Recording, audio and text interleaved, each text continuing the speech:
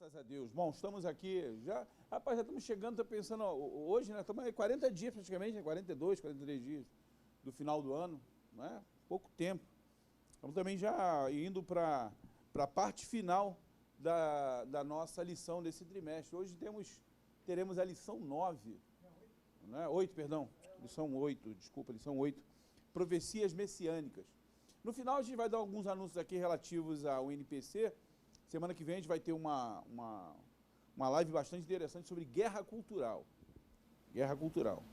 Irmãos que ainda não estão entendendo o que está acontecendo, o negócio está tenso. E aí a gente vai descortinar, né, os rapazes lá do NPC, o Emanuel Felipe vai estar, o André Batalhão e o pastor Gilson Paulo vão falar sobre esse assunto bastante interessante. Todo dia, quem está lá no Facebook, está nas redes sociais, todo dia está vendo alguma coisa diferente acontecer e você está pensando, bom, o que é isso? Não é?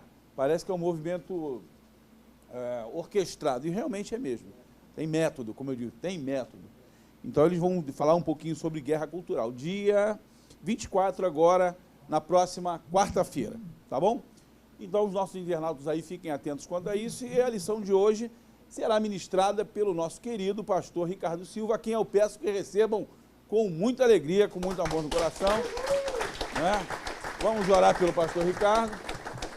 Vou pedir para o pastor Fernando fazer uma oração aqui com, né? Fernando. Vamos orar, Fernando. Qualquer lugar que você quiser, Fernando.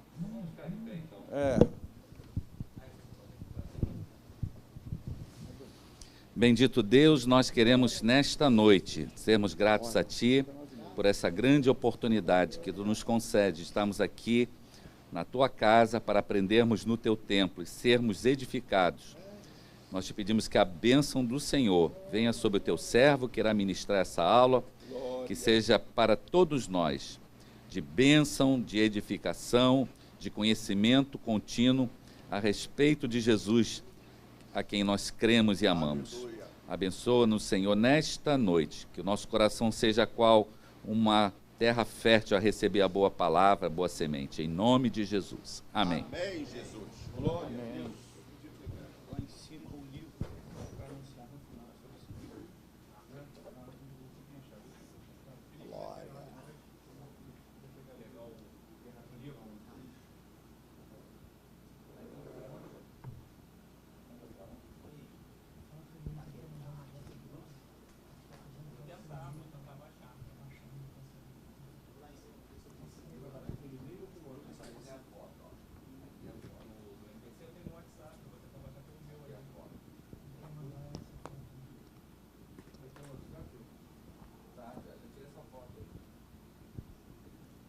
A paz do Senhor, amada igreja, amém, amados?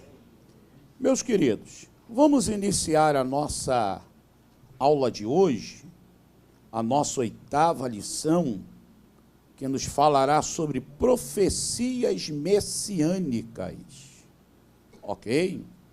Bem, eu quero primeiramente ver com os irmãos aqui os objetivos. Na verdade, os objetivos dão a direção daquilo que devemos lecionar no domingo. Então, se faz necessário lermos, entendermos, evidentemente, aplicarmos. Então, temos ali como objetivos estar ciente de que o maior fator da legitimação de uma profecia messiânica é a sua confirmação por um autor do Novo Testamento. Ok? Segundo, entender que o Espírito que inspira o autor do Antigo Testamento a profetizar é o mesmo que leva o autor do Novo Testamento à correta interpretação da profecia. E terceiro, identificar as profecias messiânicas, confirmada como tais pelo Novo Testamento. Ok? Bem, então são os nossos objetivos, são as diretrizes assim apresentadas para que possamos seguir nesse próximo domingo aí e alcançar êxito nas ministrações. Os irmãos também têm em mãos um exemplar desse resumo que nós faremos hoje. Na verdade, eu terminei hoje, tá ok? Dei uma acelerada, comecei hoje, foram 3 horas, talvez 4 horas escrevendo, numa boa tranquilidade, mas chegamos ao produto final que os irmãos têm em mãos, certo? Bem, nós temos aí uma parte introdutória que eu quero que os irmãos sigam comigo na leitura, ok? Então, está aí também a nossa mídia, profecias messiânicas, ok? E a parte introdutória diz assim: o princípio basilar da fé cristã é que as escrituras sagradas têm como tema central a pessoa gloriosa do Senhor Jesus Cristo.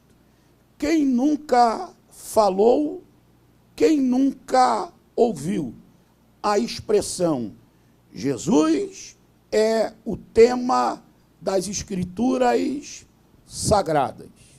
Na verdade, Jesus é o tema das escrituras sagradas quando você analisa as escrituras como o livro divino. Mas cada livro em particular tem o seu tema. Mas quando você visualiza a Bíblia como o livro divino, o tema é Jesus. Mas quando você visualiza a Bíblia como uma biblioteca de 66 livros, cada livro tem tema específico. Amém? Mas vamos lá. Na verdade, nem todos os textos bíblicos, veterotestamentários ou relacionados ao Velho Testamento, tratam sobre Jesus. É um outro aspecto que nós também temos que entender. A Bíblia fala de Jesus, fala, mas nem todos os capítulos, nem todos os versículos tratam sobre Jesus. Certo? Mas vamos lá. Mas existem passagens específicas sobre a vida, ministério, prisão, julgamento, morte, ressurreição e ascensão, que são conhecidas como profecias messiânicas. Isso é um outro princípio a entender. Ou seja, existem nas Escrituras, e no caso, já a partir de Gênesis até Malaquia, que são os textos chamados de veterotestamentários, na realidade, eles vão tratar dentro de mensagens referentes à pessoa do Senhor Jesus. Vamos lá.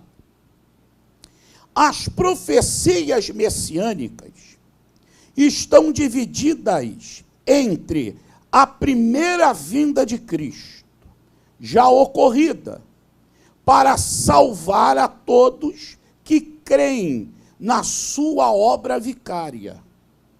Então, quando eu abro a Bíblia, vou estudar sobre as profecias messiânicas, entenda, vamos aqui à segunda parte. E a segunda vinda, para aqueles que foram salvos e perseveram nesta promessa, mesmo que já estejam mortos. Aí a promessa para aqueles que morreram. Ok? Mas eu quero chamar aqui a atenção aos irmãos. Quando você pega os textos do Antigo Testamento, você deve entender, é uma profecia messiânica? É. Ela trata da primeira vinda de Cristo? Sim. Então, se trata da primeira vinda, cumpriu-se. E aonde tem essa referência? Novo Testamento. Princípio básico. Não é isso aí, irmãos? Mas existem textos que são profecias messiânicas que ainda estão por se cumprir. São aquelas que tratam da segunda vinda. Isso aí. E aí o estudioso da Bíblia tem que ter essa noção para não dar uma espalhada. Vamos ler Hebreus 9, 28.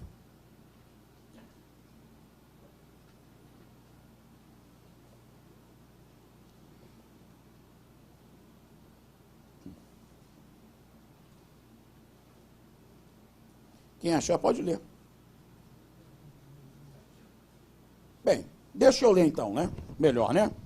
Assim também Cristo, oferecendo-se uma só vez, para levar os pecados de muito, aparecerá segunda vez sem pecado aos que o esperam para a salvação. Esse texto aqui, melhor dizendo, o escritor da Epístola aos Hebreus é um perito em Antigo Testamento. Não entra em detalhe quem é o autor. Mas, certamente, quem escreveu, um perito em Antigo Testamento. Principalmente conhecedor de do Êxodo e de Levítico. E era também um profundo conhecedor do sistema ritual dos levitas e também do tabernáculo. Quando ele escreve, ele finaliza aqui, ele tem em mente o quê? O sumo sacerdote, no Yom Kippur, ou dia do perdão, ou dia da expiação, o 10º dia do 7º mês, que era um jejum nacional. E a finalidade era alcançar uma remissão anual. Aí o sumo sacerdote, ele entrava no tabernáculo, despia-se das suas roupas e colocava uma roupa de linho fino. E começava a prática cerimonial do sacrifício. Os bodes, bem, para encurtar, ele terminava o sacrifício.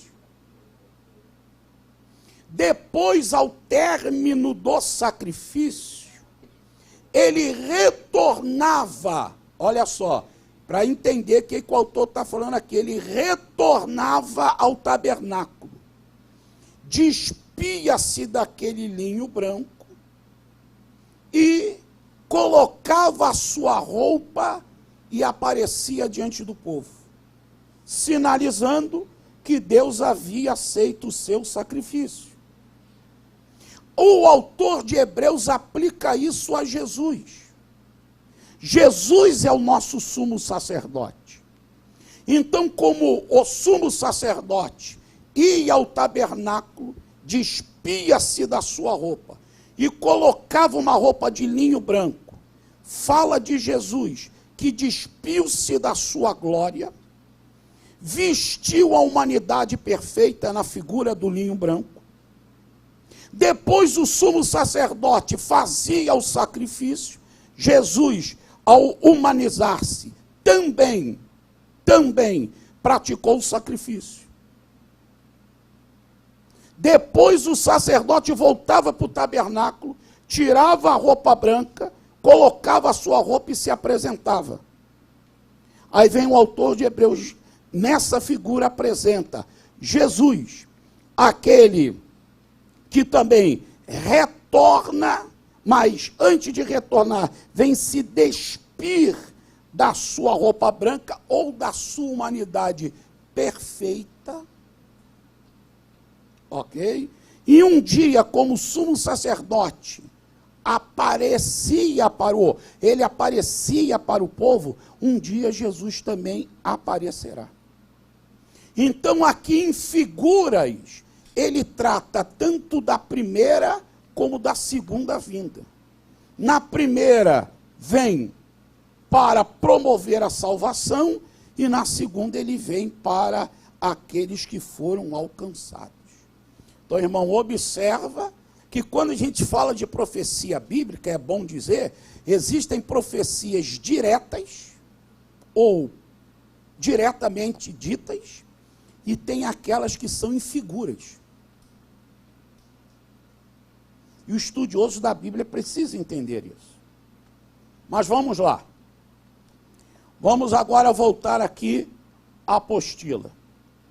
As profecias messiânicas tiveram a sua origem no próprio Deus, diante da queda do primeiro casal no Jardim do Éden. Vamos parar para entender isso? Já sabemos, pelos nossos estudos referentes às 7 lições passadas, que a origem, a causa das profecias, elas residem em Deus. Só existe o ministério profético porque Deus desejou se comunicar. Só isso. Agora, vamos também entender que a primeira profecia messiânica não é oriundo dos lábios de homens, é dos próprios lábios de Deus. Esse é um ponto importante para ser ressaltado. A primeira profecia messiânica vem dos lábios de Deus. Então, ali no Éden, ele é o primeiro profeta. É o primeiro evangelista. É o primeiro pregador do evangelho. Ok? Então, as profecias messiânicas tiveram a sua origem no próprio Deus, diante da queda do primeiro casal no Jardim do Éden. Então, o casal cai e Deus agora propõe o plano de salvação. Gênesis 3,15. Continuando. Deus, como a causa primária da mensagem profética, usa mensageiros para diretamente apresentar à humanidade o seu plano de salvação através do seu amado Filho. Então, qual é o propósito, um dos propósitos referente às profecias bíblicas? Das profecias messiânicas, é manifestar ou deixar claro, deixar evidente, deixar nítido o propósito salvífico de Deus para a humanidade. Então, as profecias messiânicas mostram o plano de Deus. E aí, Deus começa em Gênesis e vai desaguar com essa promessa de salvação. E veja que eu só estou falando da primeira vinda em Malaquias. Daqui a pouco a gente chega lá. Certo? Mas em cada livro, ou Deus falou diretamente, ou Deus falou por figuras. Mas é sempre uma profecia. Ou literalmente, ou forma figurada. Vamos lá. As profecias messiânicas, está aí, seguem a linguagem literal e figurada. Ok, irmãos? Que, na verdade, é as duas linguagens que todos nós usamos também. Ou a linguagem literal, pé da letra, ou, às vezes, para você falar acerca de algo, você cria uma figura. Bem que quando você chega no campo de hermenêutica, a linguagem figurada, biblicamente falando, ela pode ser alegórica, tipológica e simbólica. E você tem que entender o que cada uma é para não misturar no meio do balaio do gato. Tá certo, irmãos? Mas Deus falou literalmente. Mas Deus também falou por figura. Ou seja, o tabernáculo é uma figura de Jesus. Um exemplo, o altar de holocausto, ok? É uma figura de Jesus como nosso Salvador. E aí você tem que ir detalhando, ou seja, Deus fala do seu projeto, Deus fala do envio do seu Salvador, Deus fala do Messias, ou através de forma literal ou figurada. Então aqui, ó,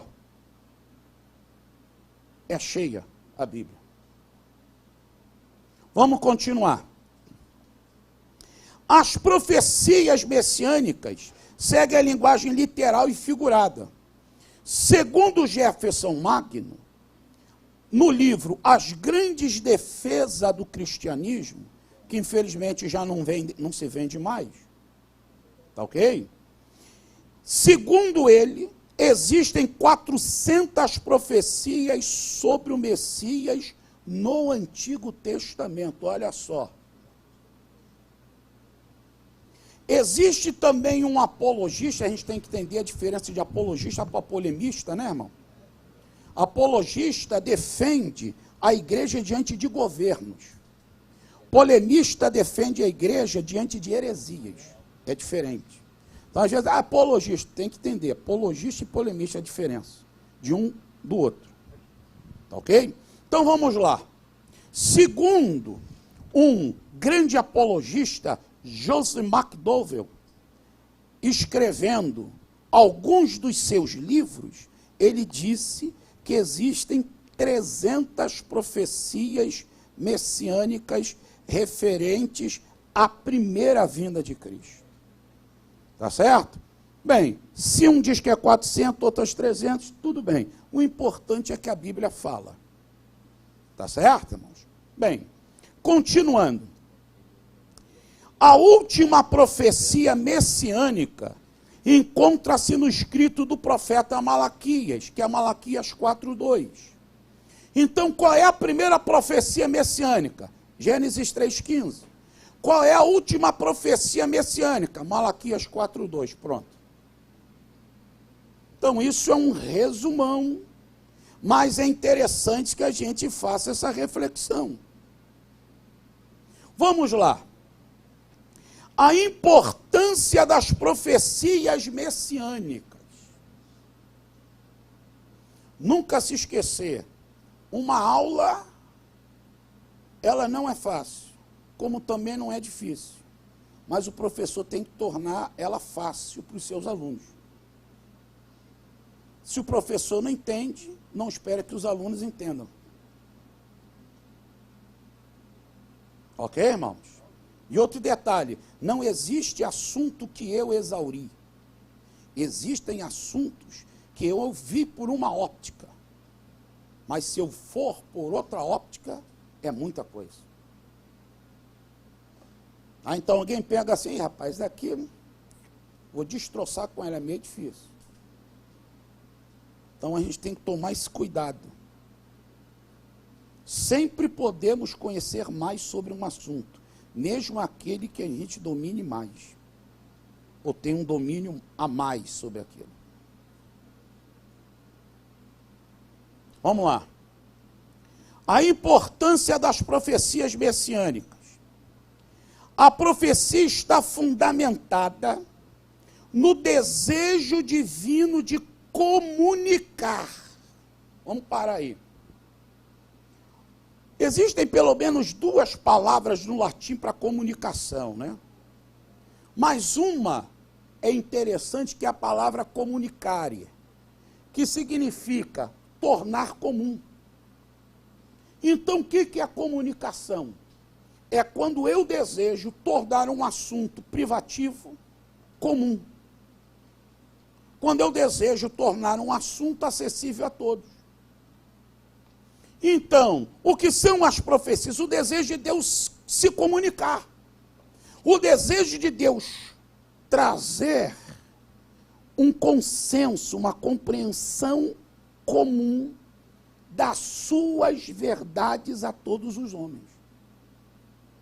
Por isso que a profecia está fundamentada no desejo divino de comunicar a sua vontade à humanidade. E aí, Deus, olha o princípio de comunicação, Deus é o comunicador, Deus usa o intermediário que é o profeta, a mensagem é a sua palavra, e os ouvintes somos nós. Receptores. Isso aí. Ouvintes ou receptores. Certo? Leis. Certo? Mas vamos lá. Jesus é o centro dessa comunicação e revelação sobre a pessoa divina. Ou seja, em Jesus nós temos o desejo de Deus em tornar conhecida a sua vontade. E em Jesus nós temos o princípio da revelação, do descortinar, do deixar ser conhecido. Ok? Não esquecer que Jesus é o verbo. Não é isso aí, irmão? Interessante que essa expressão verbo só é usada por João. É uma doutrina exclusiva de João. Por isso que o ensino sobre o verbo é uma doutrina joanina. Ele fala 4 vezes no Evangelho, uma vez na Epístola e uma vez em Apocalipse. Então Jesus é o verbo, é o logos, é a via da revelação de Deus. Ok? Mas ali também nítido fica a sua divindade. João capítulo 1, versículo 1 e versículo 14. Aquele, no princípio era o verbo, o eterno, que estava na eternidade. Interessante que esse princípio de João é anterior ao de Gênesis, porque o de Gênesis é o princípio da criação. O de João é o princípio da eternidade. Se houve princípio na eternidade, Deus ou Jesus estava na eternidade. Certo? Então ele é eterno. No princípio era o verbo estava com Deus, distinção de pessoas, mas comunhão de pessoas. E o verbo era Deus. Ele não torna-se Deus, ele era, nunca deixou de ser. E esse que é eterno, que é distinto do Pai, que tem comunhão com o Pai, que é o próprio Deus, 14, se humaniza. E o verbo se fez carne. Ok? Então ele revela com exatidão quem é o Pai. Então conhecer as profecias é conhecer essa revelação de Deus acerca de Jesus, ou através de Jesus. Vamos lá. Primeiro, a importância das profecias messiânicas. Através das profecias, podemos identificar quem é o Messias. João, precursor do Mestre, envia 2 dos seus discípulos com a seguinte pergunta. Olha a pergunta. João, ouvindo no cárcere falar dos feitos de Cristo, enviou 2 dos seus discípulos a perguntar-lhe: és tu aquele que havia de vir? Ou devemos de esperar outro? Mateus 11, 2 e 3. Olha o teor da indagação. Tu és o Messias ou não? Se é, nos diga. Também, se não é, também nos diga. Veja que provavelmente essa não é uma dúvida de João, mas é uma dúvida de discípulos de João. Porque João sabia quem era Jesus e o evangelho de João, o apóstolo, diz que João Batista sabia. Correto, irmão? Mas bem, sem entrar nesses detalhes, mas voltando ao que interessa, olha a resposta de Jesus. Jesus com maestria responde. Respondeu-lhe Jesus: ide, e anunciai a João as coisas que ouviste e vedes. Os cegos veem, os coxos andam, os leprosos são limpos, os surdos ouvem, os mortos são ressuscitados e os pobres é anunciado o evangelho. Amém. É, isso aí. Na verdade, o que Jesus está dizendo? Jesus está falando, olha, vai a um texto de Isaías e veja as marcas e sinais do ministério do Messias. E depois me diga quem eu sou. É isso. Ou seja, o que Jesus está falando? As profecias me identificam. Olha a importância das profecias messiânicas. Jesus não disse nem que sim, nem que não. Jesus só falou, está aí as escrituras. Não são estudiosos? Vai lá. Aí, para resumir, vamos a Isaías 32:3. Vamos lá? Aí estão as profecias que, na verdade, Jesus as cita. Vamos lá? Isaías 32. 3.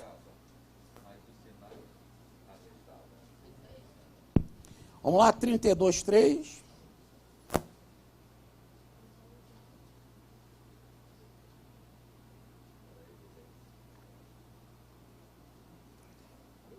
Vou ler. Os olhos dos que veem não se fecharão, e os ouvidos dos que ouvem estarão, que irmãos? Abertos. Observe que esse 32 fala de um reino de justiça, fala de um rei que vai reinar com justiça. Vamos aqui ao capítulo 35, versículo do 1 ao 6. Ali diz, o deserto e os lugares secos se alegrarão, o ermo exultará e florescerá como a rosa. Abundantemente florescerá e também exultará de alegria.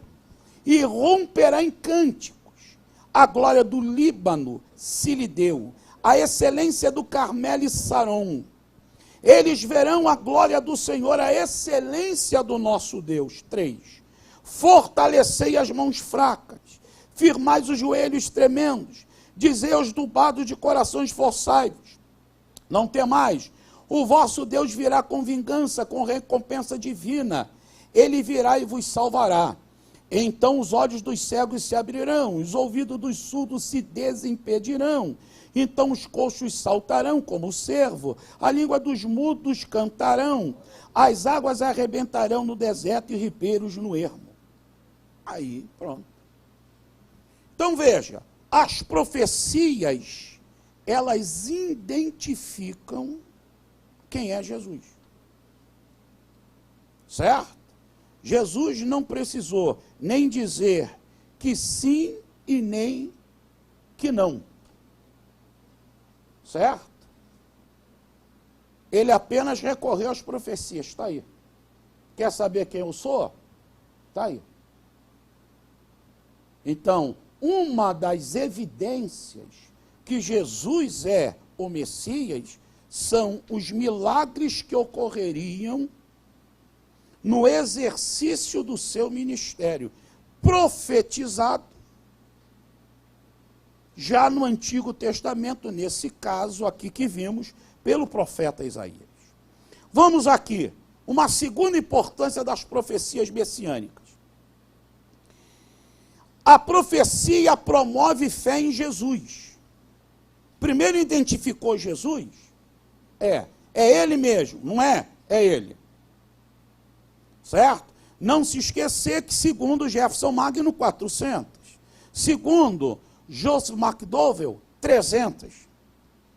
Que se cumpriram com exatidão na pessoa de Jesus Cristo. Então não é uma, não é duas. Bem, continuando. Paulo, com muita propriedade, afirma que a fé salvadora é gerada em nossos corações pelo ouvir as Escrituras Sagradas. Na verdade, é Romanos 10, 17. Não é 15 não, é 10, 17 aí. Na apostila, corrija aí, irmão. Tá? O mestre, no último dia da festa, dos tabernáculos, após o rito que o sacerdote realizava, de trazer a água do tanque de Siloé, e derramava aos pés do altar, e citava uma passagem messiânica. Dá uma lida aí, irmãos. Êxodo 12, 3. Perdão, Isaías 12, 3. Isaías mesmo, irmão. Vai ler. Pode ler. Calma, espera o microfone. Já tá aí? Isso, irmão. É porque estamos sendo gravados. E vós, com alegria, tirareis águas das fontes da salvação. Amém, irmão? Esse é o fundo histórico para o 7, 37 e 38. Porque o 39 é um comentário de João. 37 e 38 é Jesus falando. O 39 de João 7 é um comentário de João. Certo? Que é uma particularidade do Evangelho de João. Porque o Evangelho de João ele comenta bastante certas passagens. Então, observa. Ali está Jesus e depois ele vai proferir o que nós vamos ler abaixo. Então, o sacerdote ia até a fonte de Siloé, que quer dizer o enviado, pegava uma bacia de água, aproximava-se do altar e derrubava aos pés, simbolizando que as bênçãos de Deus, a manifestação da graça de Deus no deserto. E aí, esse texto de Isaías 12, 3 é um aspecto, é uma mensagem messiânica. Vós com alegria tirareis água das fontes da salvação. Vamos lá. Jesus se levanta e convida a todos para beberem dele, a fonte inesgotável que sacia a sede de Deus e promove a vida eterna. Está lá em João 7, 37, não é isso, irmão? Mas olha o que Jesus diz mais à frente. Jesus afirma: quem crê em mim, como diz a Escritura, do seu interior fluirão rios de água viva. O mestre recorre aos escritos proféticos para comunicar àquela geração que a genuína fé é fruto das verdades bíblicas. Veja o que Jesus diz: quem crê em mim. Mas Jesus ele cria um padrão. Para crer nele, tem que ser segundo as Escrituras. Aqui, irmãos, só que na época de Jesus não tinha Novo Testamento. Só tinha o quê, irmão? Antigo Testamento. E o que tinha no Antigo Testamento? Profecias messiânicas. Então Jesus fala, ó, quem crê em mim, quem for lá nas profecias, e aí Jesus, por isso que Jesus se colocou como a água, entendeu? Porque a água de João 7,37 corresponderia à água de Isaías 12,3. Por isso que ele fez essa comparação. Aí ele fala, quem crê em mim, como diz as Escrituras, padrão, quer ter fé? É através das Escrituras. E eu só posso ter fé por causa das Escrituras. E essa fé aqui é uma fé salvadora. Porque existem níveis de fé. Quando a gente fala de fé, cuidado, que é bem amplo. Mas essa fé é salvadora. Quem crê em mim, como diz as Escrituras. Jesus criou esse padrão. Então Jesus deixa nítido que através das profecias se promove fé nele. Quando eu vou às Escrituras, não apenas identifico, quando eu vou às profecias, eu não apenas identifico Jesus como Messias, mas também o identifico como Salvador.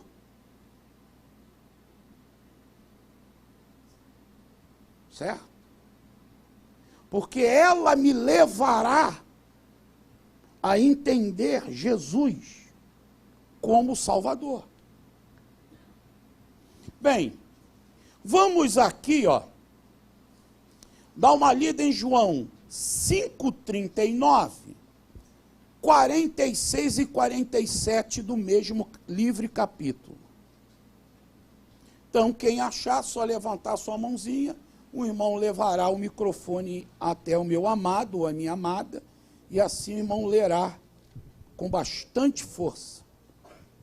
5,39, né, pastor? Vocês estudam cuidadosamente as Escrituras, porque pensam que nelas vocês têm a vida eterna.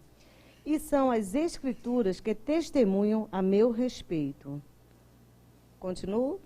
Agora o versículos 46 e 47. 46.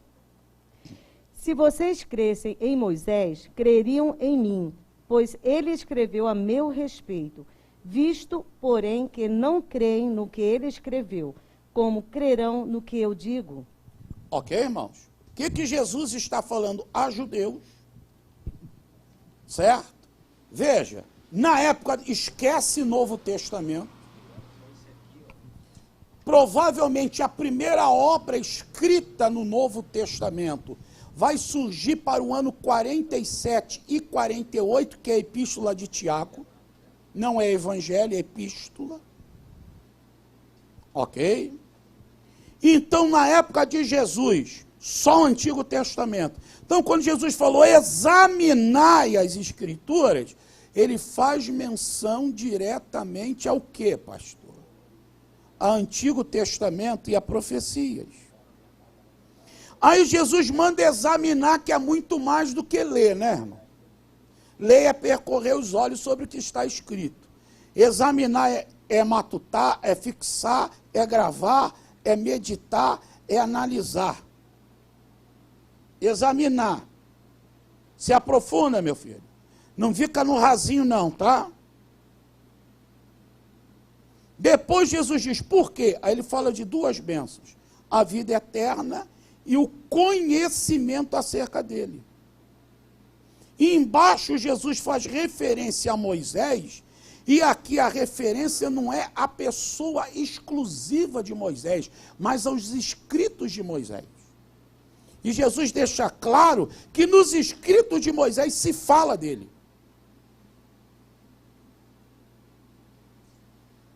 Ok? Ou seja, profecias messiânicas nos 5 primeiros livros. Ok? Vamos aqui a um terceiro princípio da importância das profecias messiânicas. A profecia necessita de interpretação correta. Vamos aqui, O mestre cria, escute isso, cria um princípio de interpretação até hoje aplicado no cristianismo, que é lei nas matérias voltadas à interpretação bíblica. Que muitas passagens do Antigo Testamento são profecias, o que, irmãos? Messiânicas. Veja, quem criou essa maneira de interpretar o Antigo Testamento foi Jesus.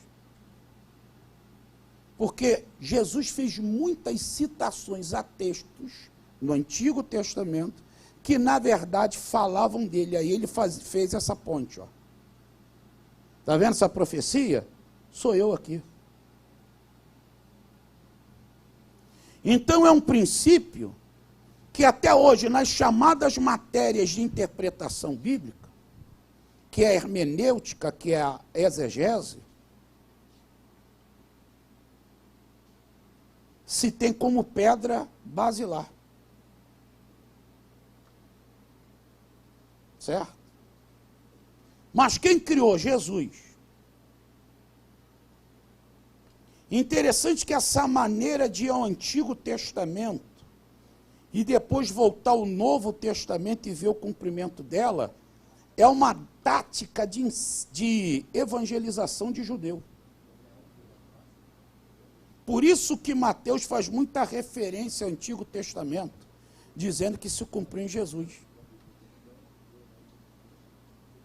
Não é só uma tática de interpretação, mas é uma tática de evangelização. Certo? Continuando. O mestre citou algumas fazendo menção direta ao seu autor. Aqui você tem esses exemplos. Em alguns momentos, Jesus chegou e falou, Isaías disse isso. Ele faz menção do profeta. Ele não faz menção do capítulo e do versículo, porque na época não tinha capítulo e versículo. Não tinha. Lá para o ano 1200 que foi surgir a Bíblia em capítulo, e 1500 depois a Bíblia em versículo. Então você citava o livro, mas sem citar capítulo e versículo. Então, em alguns momentos, Jesus fazia a citação do profeta. Nesse caso aqui, nós vamos ver Jesus fazendo uma citação a Jonas, no aspecto figurativo, mas ele também faz uma citação, uma profecia de Davi, nos Salmos. Então, esse é um princípio. Então, tinha momentos que Jesus citava, dizendo o nome do autor, ou do escritor. Ó, ele disse isso, disse aquilo, acabou. Agora, também citava as divisões do cânon judaico, conhecida pela cicla Tanakh. Então, às vezes, Jesus chegava e citava o nome do profeta. E às vezes ele chegava assim, Moisés escreveu, os profetas. Aí ele não está fazendo menção a uma profecia, mas a todas as profecias messiânicas em Moisés, ou nos 5 primeiros livros. Quando ele fazia menção, os profetas, não eram os profetas, na verdade era a segunda divisão da Tanakh, de Nebim. Os profetas, os posteriores e os anteriores. Entendido, irmão? Então a gente tem que se ater a isso. Às vezes ele fazia a menção direta ao profeta e dava o nome. E às vezes ele, não. Vou fazer citação aqui a porções, a grupos. Como, vamos ver esse exemplo aqui. Lucas 24, 27.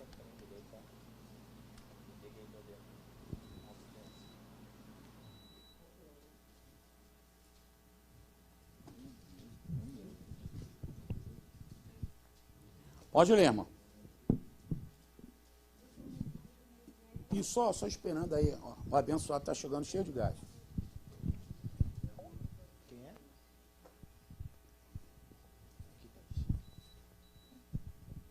E começando por Moisés e por todos os profetas, explicava-lhes o que dele se achava em todas as escrituras. Amém? Aí não é menção à pessoa de Moisés, aos escritos de Moisés. E aí os profetas, as porções. 44. Diz aí, Jesus lhes disse, são estas palavras que vos falei, estando ainda convosco, que era necessário que se cumprisse tudo que de mim está escrito na lei. Certo? De Moisés, nos profetas e nos salmos. Aqui estão as 3 divisões, como nós já estudamos, aqui eu não vou argumentar, mas quem esteve na EBD, se não me engano, 2 lições atrás aí, né? Aprenderam lá que a Tanakh, que não é palavra hebraica para a Bíblia, é apenas sigla, que pega as 3 primeiras palavras, ou as letras iniciais da Torá, do Nabim e dos Ketuvim e monta a palavra Tanakh. Tá certo? Na realidade, Jesus está falando disso. Porque aqui fala do Ketuvim por causa de Salmos, que é o primeiro livro, nessa terceira e última sessão. Então, na realidade, quando Jesus faz essa menção, ele está falando de profecias acerca dele. Então, veja como Jesus tinha a devida compreensão. Agora, veja só, interessante que o texto diz aqui, vamos aqui ao 27. E começando por Moisés e por todos os profetas, explicou-lhes o que dele se achava em todas as escrituras. O que nós estamos fazendo aqui, o que vamos fazer domingo, é o que Jesus fez. Ninguém descobriu a pólvora. Tá bom, irmão? Jesus fazia isso. Ou, na verdade, Jesus criou isso, como eu falei para os irmãos. Que até hoje se aplica em seminários, em faculdades de teologia, quem estuda hermenêutica, quem estuda a exegese, todo mundo aplica isso. Mas é uma criação do mestre. Certo? Então, veja, não é só citar o Antigo Testamento, tem que explicar. Então, tem gente que cita o Antigo Testamento, mas não explica, complica.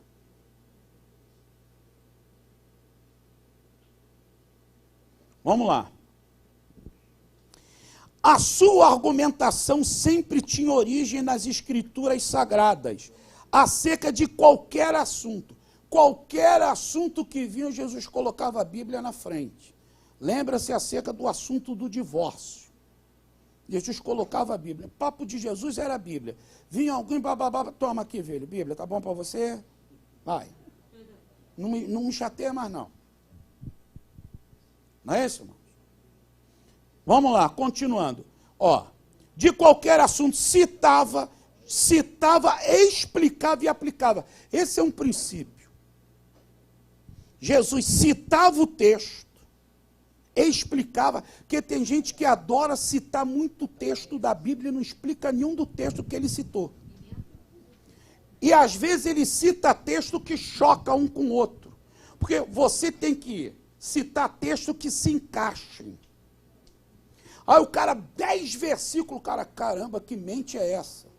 Nenhum se encaixou. Se você for colocar e falar assim, esse não bate com esse também não, e esse, meu Deus, para. Porque não é a citação só, é a explicação. Veja o que Jesus fazia, Jesus citava e explicava. Ok?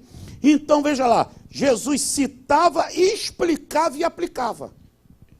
Ricardão, só um minuto, É? só, não é nada a ver com a coisa, né? Só para um anúncio aqui. Irmãos, alguém aí que está com o Renault Sandero branco? Alguém tem um Renault Sandero branco? Irmão, se puder tirar lá, o pessoal lá precisa lá para... E o outro é um carro prata ao lado do parquinho, do paredão. Não, aqui dentro. Aqui dentro. Pô, então não é esse não. Não é não. Não é ninguém daqui. Amém, irmão. Graças a Deus, todo mundo é na vigilância, né, irmão? Não. Fique em paz, irmão. Deus, você já recebeu o livramento. Tá certo? Então vamos lá. Jesus citava, explicava e aplicava com maestria, que ninguém até hoje consegue igualar. Mas com habilidade não fugia do princípio que ele é o tema das Escrituras Sagradas. Então, quando Jesus lecionava, pregava, Jesus pregava sobre vários assuntos, sempre partindo da Bíblia.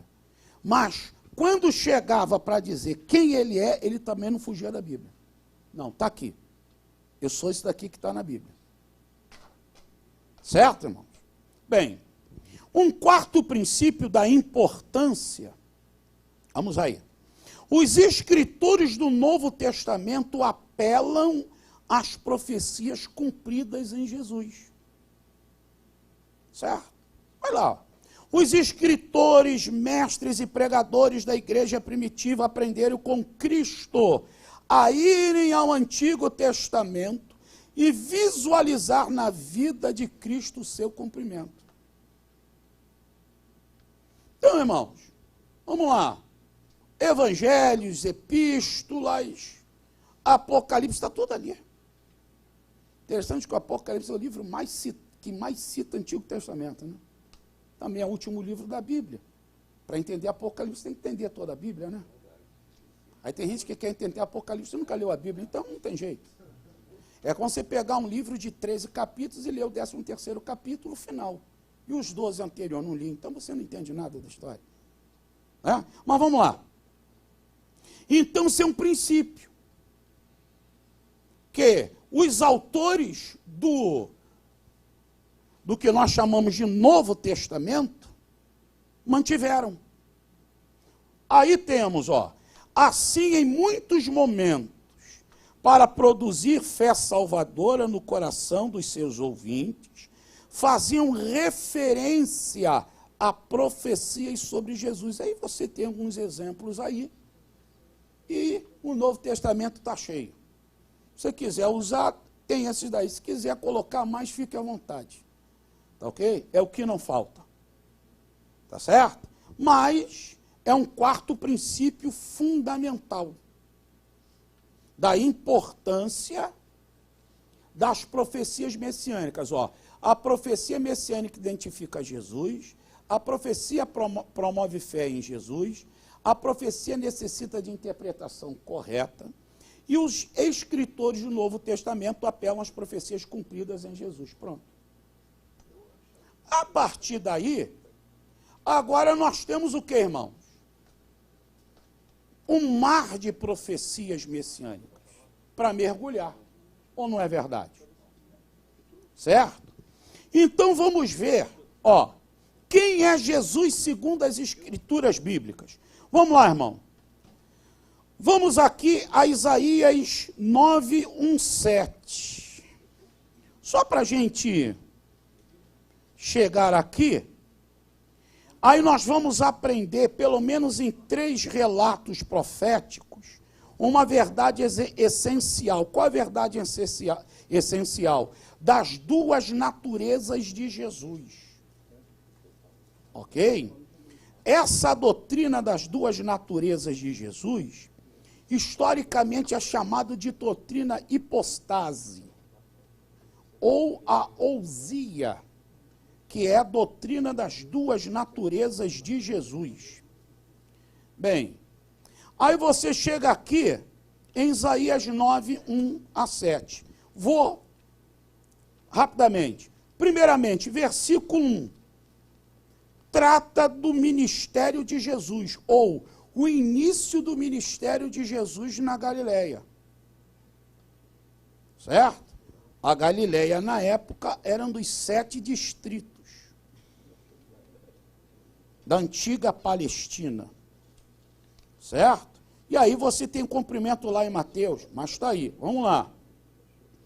Lá em Isaías 9, 2 a 4, o ministério do Messias iria promover luz, alegria e quebra de julga. Versículo 2 ao 4. Ok?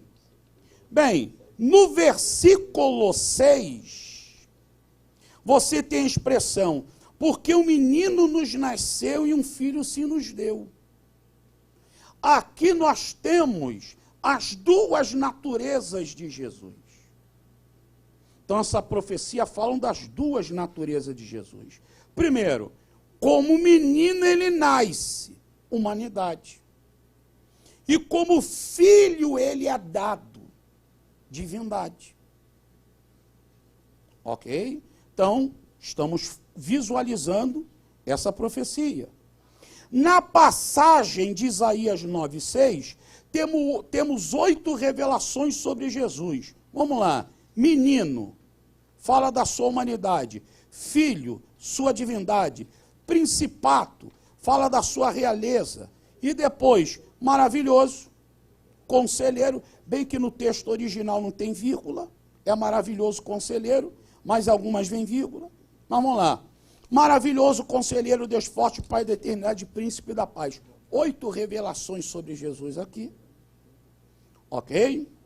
Bem, e no versículo 7, nós já temos uma profecia messiânica para a segunda vinda. Não aprendemos isso? Que tem profecias para a primeira vinda e para a segunda? Então, do 1 ao 6, primeira vinda. 7, segunda vinda. Entendido?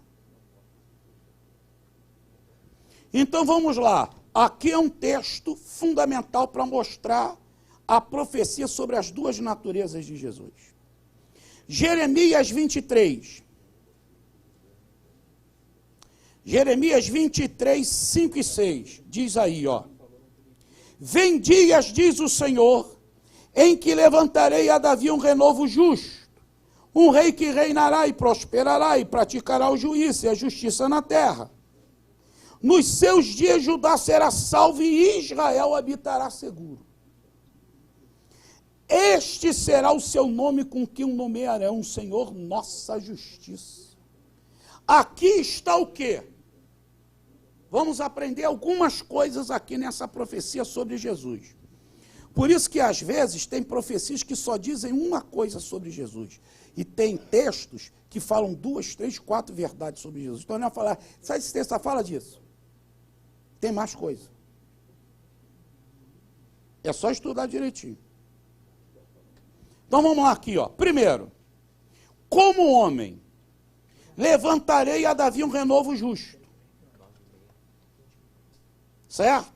Agora, interessante que essa palavra renovo é uma expressão oriunda da botânica. Renovo ou rebento ou broto. Corresponde também a Isaías 11:1. Todo mundo sabe, né? Chega ali, machadão na árvore, caiu. Mas aí você começa a ver nascendo um broto. Esse é um rebento. Esse é um renovo. Ele vai usar as raízes que ali estão.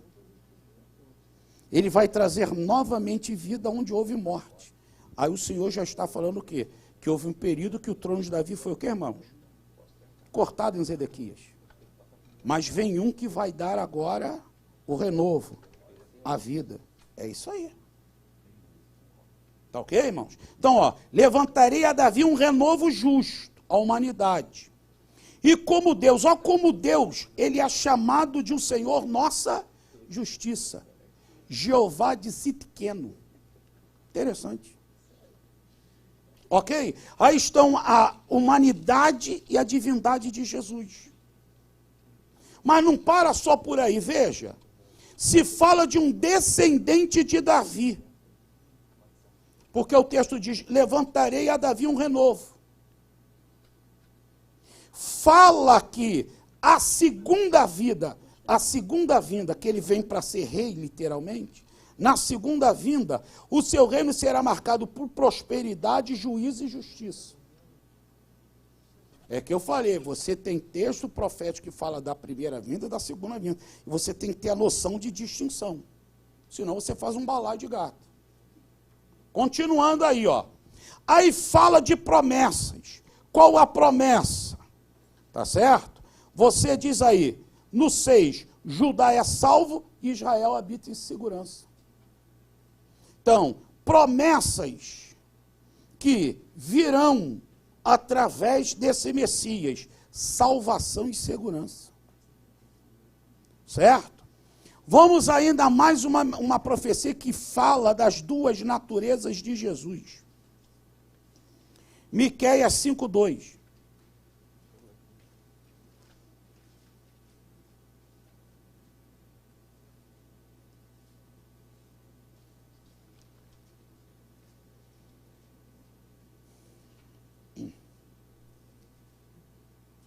Pode ler aí quem achou.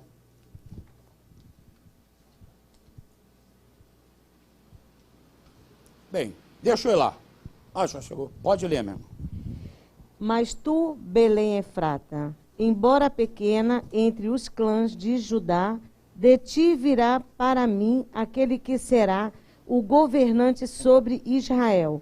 Suas origens estão no passado distante, em tempos antigos.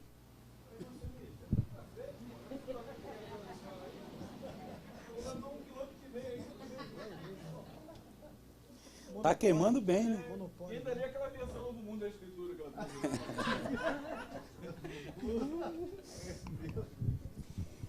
Veja aí, irmão, nessa profecia de Miqueias. Primeiro, fala tanto da humanidade como da divindade. Como homem, Jesus nasce aonde, irmãos? Em Belém. Mas como Deus, as suas saídas são desde os tempos antigos, desde o dia da eternidade. Então, aí se fala de dois fatores, tempo e eternidade. Como homem, ele tem um tempo, mas como divino, ele é eterno. Tempo e eternidade. Tempo, ele vai nascer em Belém. Humanidade. Mas como Deus, o atributo exclusivo divino, eternidade. Certo? As duas naturezas. Bem, continuando. Em Belém, casa de pão, que é a tradução, né, Bethlehem, que já é a expressão hebraica, só que no árabe é a casa de carne, eles não traduzem como a casa de pão. Vem o pão da vida e dos céus. Interessante que Jesus não se chama só de pão da vida, ele se chama de pão dos céus e da vida. É só ler João 6. Certo? Quando você continua lendo essa profecia, diz aqui, ó, mas tu, Belém Efrata, posta que é pequena entre as milhares de Judá, de ti me sairá aquele que há de reinar em Israel.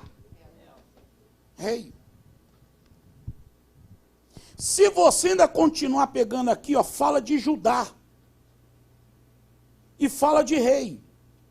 Aí você tem que recorrer lá para Gênesis. Correto? Quando você chega lá em Gênesis, você já tem Jesus, uma profecia falando sobre o que, irmãos? Sobre o leão que é da tribo de Judá. Realeza. Fala de cetro, fala de leão. Correto? Tudo aplicativo o quê? A realeza. E a cor da bandeira de Judá é um azul celeste, celestial. Fala que o rei é divino.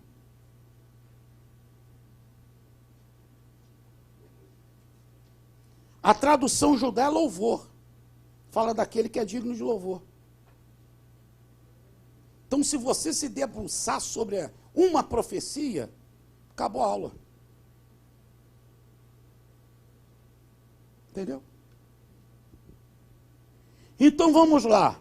E aí tem um atributo da pré-existência.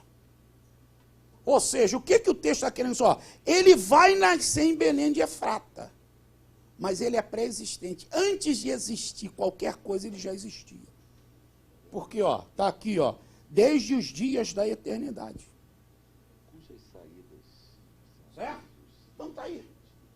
Quando chegamos lá em Gênesis 3,15, que como já foi dito aqui, a primeira profecia messiânica proferida por Deus, então o primeiro profeta messiânico é o Pai. Nós já falamos isso, não é heresia não, isso é certeza. E na verdade todos os profetas falaram o que o Pai disse para eles. Tá ok? Vamos continuar. Jesus teve um nascimento distinto. Afinal, para ocorrer a fecundação, é necessário macho e fêmea. No caso de Jesus, só teve fêmea. Continuando. Uma manifestação de poder operando milagre. Deus abriu a madre de mulheres inférteis, mas até o momento e depois nunca mais realizou um milagre como esse, de uma virgem gerar um filho. Então, esse milagre é exclusivo. Ah, chegou lá e abriu madre de mulheres inférteis, indiferentes da idade. Beleza. Está cheio na Bíblia. Mas agora o caso de Maria, não. Certo? O criador da lei quebrou a lei. Ou não? Precisa de mais fé, mas aqui vai ser um negócio bem diferente. Certo? Vamos lá. Princípio. Todos somos sementes do Pai. Na verdade, quem tem semente é homem. Mulher não tem semente. Tanto que a palavra semente no grego é sêmen. Princípio. Homem tem semente, a mulher tem terra. Esse é o princípio.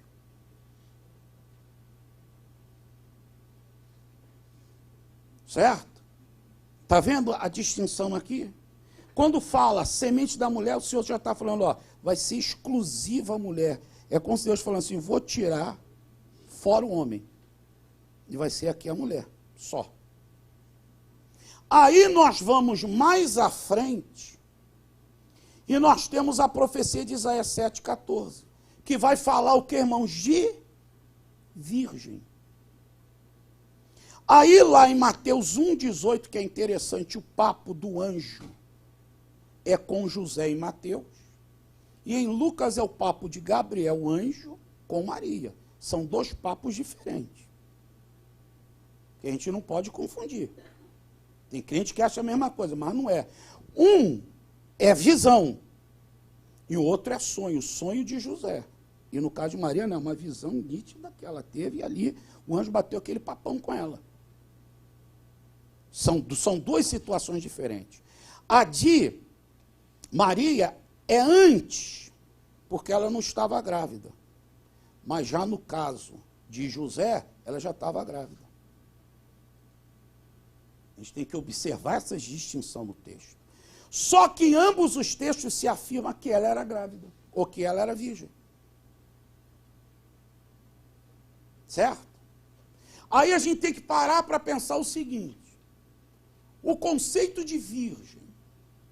Aí você tem que recorrer às línguas originais. O termo para virgem no Novo Testamento são dois termos. Betular e almar. Betular, virgem. Moça, mulher, que não conheceu um homem. Acabou. Aí foi usado para Rebeca, para Raquel, para Absai, certo? Era usada para a mulher que ia casar com os levitas e com os sacerdotes. Virgem, acabou. Mas a de Isaías 7,14, original hebraico, é almar. Que quando é traduzido para o grego, gera uma palavra chamada paternos. E a palavra paternos quer dizer mulher casada, desposada, prometida. Ela casou, ela pode ter sido prometida, mas que ainda não teve relações. É o caso de Maria. Ela já estava prometida, casada, mas ainda não conhecia homem. Ou seja, não teve relações. Então, a ideia da palavra virgem não é betular, é almar, hebraica. E na forma grega, paternos. Entenderam, irmãos? E é isso que os comentaristas colocam com nitidez. Bem, vamos lá. O servo. Vamos dar uma lida ali, irmão. Em Isaías 42, do 1 ao 3.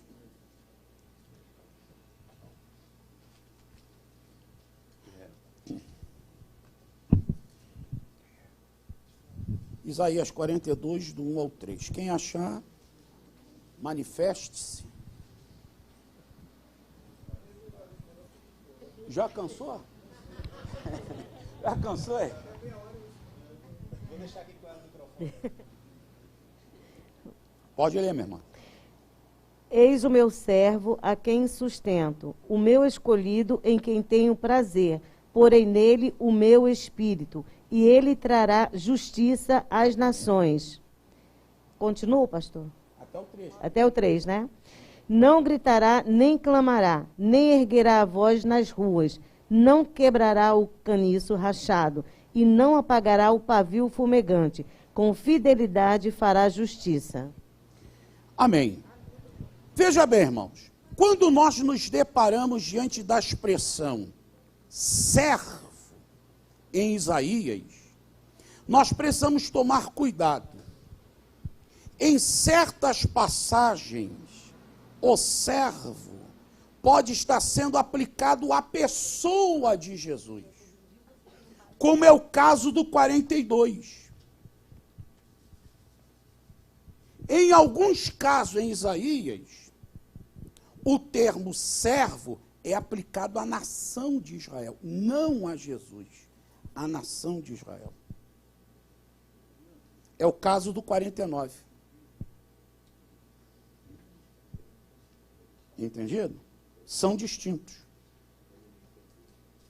Bem, aí quando você mergulha no 42, você observará aqui. Entenda-se também que o paralelo do servo com Marcos.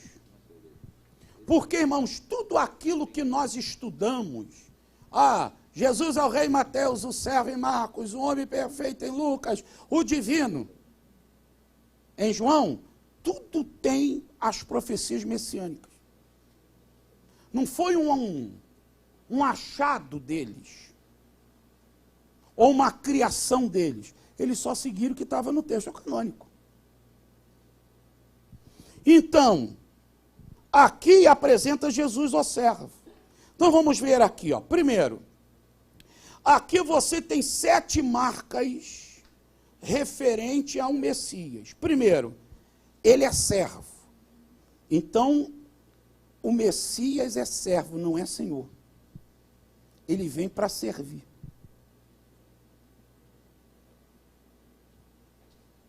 Observe princípios interessantes que pode ter uma certa diferença em versões, mas na maioria segue isso, ó. O meu servo, precedido de artigo definido, pronome possessivo e servo em maiúsculo. É princípio, a própria gramática também é princípio de interpretação. Vamos lá. Primeiro ele é servo. Depois Deus diz, a quem sustenho. Segunda marca. Terceira marca, é eleito. Quarto, comprais a minha alma se alegra. Não se esqueça que em determinados períodos o Senhor diz, eis o meu filho amado em quem me compraz, em quem eu tenho alegria. Vamos lá. Próxima, porém o meu espírito. Esse espírito é o Espírito Santo. Não se esquecer da descida do Espírito Santo sobre a vida de Jesus, em forma corpórea de pomba. Ok? Continuando aí, ó. Aí, ó, sobre ele justiça produzirá. É a sexta. E a última, não clamará, não se exaltará, nem fará ouvir a sua voz na praça. Isso fala sobre o seu caráter humilde. São 7 marcas do Messias. Agora, o versículo 3 é interessante. Aqui vai, ó, a expressão figurada para cana ferida e pavio que apaga, ou que fumega, não apaga, fumega, né? Corresponde a tipos de pessoas que o Messias se relacionaria no seu ministério. Veja bem, antigamente para você, no período de Cristo, período do Antigo Testamento, para você fazer uma flauta, você cortava um junco, com habilidade procurava tirar o miolo. caso você lhe faltasse habilidade, você ferisse, furasse, não tinha mais valor. Aí você pegava aquele junco e jogava onde? Nas estradas. Aí quem passava o quê? Pisava. Aí vem aqui a expressão, a cana ferida, o quê? Não será quebrada. Aí se fala de pessoas que Jesus encontraria no seu ministério. Pessoas que estariam feridas, mas Jesus não deu o golpe final nelas. Um exemplo é aquela mulher adúltera. Ela estava ferida. E tantos outros. Aí você estuda a Bíblia com cuidado e coloca lá, tá, irmão? Mas não inventa muito, não. É direto, tá? Porque às vezes a gente viaja demais. Porque a gente, às vezes, no afã de querer uma interpretação, a gente violenta a Bíblia, né, irmão? Sabe disso, né? Tem gente violentando a Bíblia, né? Tem um escritor que diz o seguinte, a Bíblia sofre mais com seus expositores do que com seus opositores. Então tem gente muito fazendo exposição e violentando a Bíblia.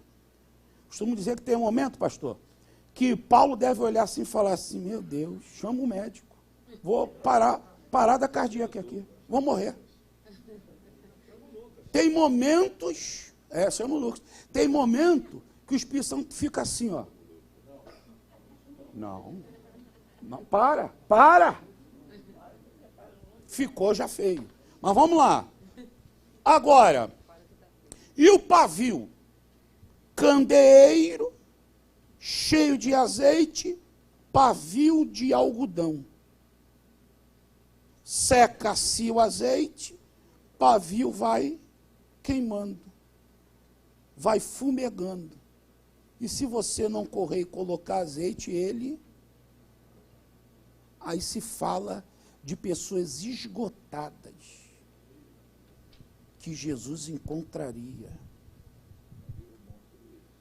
Mas ele não as apagaria. Entendido, irmão? Então, ou seja, são profecias, quando você se depara, você tem que ter o cuidado de se debruçar diante dela e literalmente comer de ficar com a boca suja. Porque comeu gostoso, com força. Bem, e aí finalizando, 2 minutinhos aqui, agradecendo já os amados, você tem umas 25 profecias lá no Antigo Testamento, com os seus cumprimentos no Novo Testamento, que aí o irmão pode citá-las. Eu só fiz essa consideração às outras, para o irmão ver que às vezes a gente cita um texto, ou um texto profético, tão seco. Não, ele diz isso, acabou. Não. Diz muita coisa, mas ainda eu não debrucei sobre ele. Quando eu voltar e debruçar, eu vou entender mais ainda sobre aquilo. Tá legal, irmãos? Mas que Deus abençoe. Obrigado aos irmãos, obrigado ao pastor Ronaldo, superintendência, a todos os irmãos, que Deus abençoe os irmãos. E os irmãos, né, podem levar essa apostila aí, dando glória a Deus, mas como eu já disse, como o irmão Ronaldo, né, não esqueça de abençoar o profeta. Exatamente, tá bom? Deixar a gente está falando de R$5 pela apostila. O material é riquíssimo, é fruto de pesquisa. O pastor Ricardo é um pesquisador, é um estudioso da palavra de Deus. Sempre que ele vem aqui, sempre traz coisas fantásticas aqui para a gente poder, como disse, né, comer e se deliciar, né? Isso que você falou ali, eu me lembrei de a gente chupando manga. Não tem como você chupar manga, né? É verdade. Não é? Não tem como. Sem ficar fiapo no dente, né? Não tem como. Né? Não tem como. Então, é para se deliciar, é para sujar mesmo, né? É para se lambuzar, né, digamos assim, como mel. Então, parabéns. Obrigado, pastor Ricardo. Vocês ficaram sentiram abençoados pela... eu, grandemente. Domingo aí teremos a ministração do pastor Ricardo aqui na igreja. Os irmãos, como eu disse, que quiserem, você não é obrigado, não é compulsório, se quiser, né, ajudar, vai ser bênção. Deixa eu só dar uns anúncios aqui que é interessante. Eu falei da live do NPC, do dia 24. Tá aqui, ó. É baseado nesse livro aqui, ó. Guerra Cultural. Um livro muito interessante. Na verdade, o autor ele é um autor católico, mas no que diz respeito a alguns assuntos, algumas pautas conservadoras, a gente pode dizer que os católicos, né, com as questões do aborto, questões de ideologia, eles têm posicionamentos muito parecidos com os nossos. E esse autor aqui tem uma veia literária muito interessante. E nesse dia, o assunto da live do NPC vai ser a guerra cultural e o cristão. Nós vamos divulgar, né, os links para você entrar, eles já não precisam de inscrição prévia. Lá na fabricaebd.org, a reunião vai ser pelo Zoom, Vaninho? Pelo YouTube? Pelo YouTube, tá lá, o YouTube da Fábrica EBD. A gente já fez pelo Zoom, a gente vai fazer também agora pelo YouTube. Então você pode entrar lá, que, gente, vale a pena. A gente todo mês agora, né, a gente vai dar uma pausa agora em dezembro, deve voltar em janeiro. Todo mês a gente tem algum assunto interessante, importante, atual, né, contemporâneo, para discutir, para trazer luz, né, para abrir o entendimento do povo evangélico sobre esses assuntos aí, esses temas que estão perturbando a família brasileira, estão trazendo incômodo à Igreja de Cristo. E se é uma guerra, mano, temos que aprender como lutar, né? Então, o Felipe, o André Batalhão e o pastor Gil São Paulo vão trazer para a gente aí algumas informações importantes sobre o que está acontecendo e como é que a gente pode, né, fazer oposição a isso. Uma coisa é certa, vamos vencer essa batalha, em nome de Jesus, ok? Vamos vencer essa batalha em nome de Jesus. Eu tenho outra informação que é interessante, já colocou ali? Tem como colocar? Não conseguiu, né?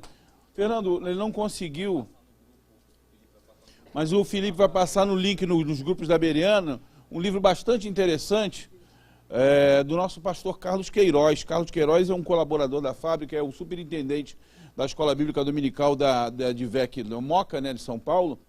Ele é um estudioso também, um homem de Deus. E o pastor Carlos escreveu um livro bastante interessante sobre a ressurreição do Senhor Jesus Cristo. Eu tive o privilégio de ler, não é? O pastor Fernando falou, nós somos do conselho editorial, né? Oh, caraca, né? Chiquérrimo esse treco, né? Somos do conselho, mas lemos o livro, muito interessante. Eu sei que... eu não sei como... ele já passou nos grupos aqui da Bereana, tá aqui. Jesus, o Messias prometido. Eu estou falando sobre a ressurreição de Cristo, que é um tema interessante inclusive dessa aula. Ele parece que até ele estava dizendo, fazendo uma alusão aí à página 7 desse livro, ele tem muito a ver com a lição que foi ministrada hoje, falando sobre alguns aspectos interessantes da ressurreição do Senhor Jesus. Fala, pastor José. Não, o Alex perguntou, não, eu não tenho isso no meu WhatsApp, eu não tenho no meu smartphone. Aí o pastor Fernando falou, não, é porque eu e o Ronaldo somos do conselho editorial. Eu não paro para prestar atenção, né, pastor José. É outro naipe a gente, né? Para tirar ele de cima. Todo mundo que é do conselho editorial vai ganhar um boné desse, como o pastor do pastor Fernando aqui agora. É caro, senão não é para qualquer um não. Né? Bom, gente, é isso. Tem mais algum anúncio, alguma coisa? Não? Alguma coisa para dizer? Acho que o Jorge ali tem o negócio do café que ele trouxe aí pro pessoal aí. Já deve ter anunciado antes o café caramelo. Tem alguma coisa, querido, para pedir? Não? Maravilha. Então é isso, queridos. Queremos agradecer, então, pela vida do... Jesus, esse cara faz eu brincar. Então, os irmãos que quiserem depois ficar com o material, por favor, deixa só passar ali e dar R$5 é o mínimo. Quiser abençoar mais, né? Semear na vida do profeta, como eu disse, então, fica à vontade, deixa Deus te usar. Vamos agradecer ao Senhor, então, né? Eu queria falar, não, mas não, tua irmã chegou ali atrás, está me olhando desde que chegou. Porra. Aceito. Euro, o pastor Ricardo aceita euro. Ô, pastor, só para falar que o valor que o senhor está falando de R$5 porque, de fato, a preparação demanda um tempo... Não é verdade. Estou falando isso aí, é só o preço da impressão, para pagar o preço, os custos da impressão. Isso não tem valor o que se produz disso, não. Isso por favor, nem se discute isso, né? Vamos lá? Adorar o Senhor, então. Senhor, te louvamos por esta noite, por podermos estar aqui na tua presença, pela instrumentalidade do teu servo, pastor Ricardo Silva, que ministrou essa lição, Senhor, trazendo, Deus, para nós, Senhor, coisas importantes, Senhor, a respeito das profecias messiânicas, abrindo, Deus, os nossos olhos para que possamos, ó Deus, compreender cada vez mais, Senhor, as tuas escrituras, Senhor, entendermos, ó Deus, que a tua palavra realmente é verdade, Senhor, que a tua boa mão, Senhor, conduziu os escritores, Senhor, através do Espírito Santo para nos trazer e revelar, ó Deus, esta palavra. Muito obrigado, ó Deus, pela vida do teu servo, pelos estudos, Senhor, que ele tem feito, Senhor, e que tem partilhado conosco, que a tua mão possa estar sobre a vida dele, Senhor. Obrigado, Deus, pelo dia de hoje, também pela ministração de domingo, a cada uma das pessoas que estão aqui nesta noite, que tu possas, ó Deus, guardar os seus corações, os seus sentimentos em Cristo Jesus. Abençoa, Deus, os nossos internautas. Toma, Deus, nas tuas mãos, Senhor, as nossas vidas. Abençoa, Deus, a irmã Sueli, que colaborou muito, Senhor, com essa lição de hoje, lendo os versículos. Deus abençoe a sua vida. Em nome de Jesus, te agradecemos. Amém. Cadê a irmã Sueli? Pô, orei. Foi embora, pô. Fiz pra brincar com ela, né?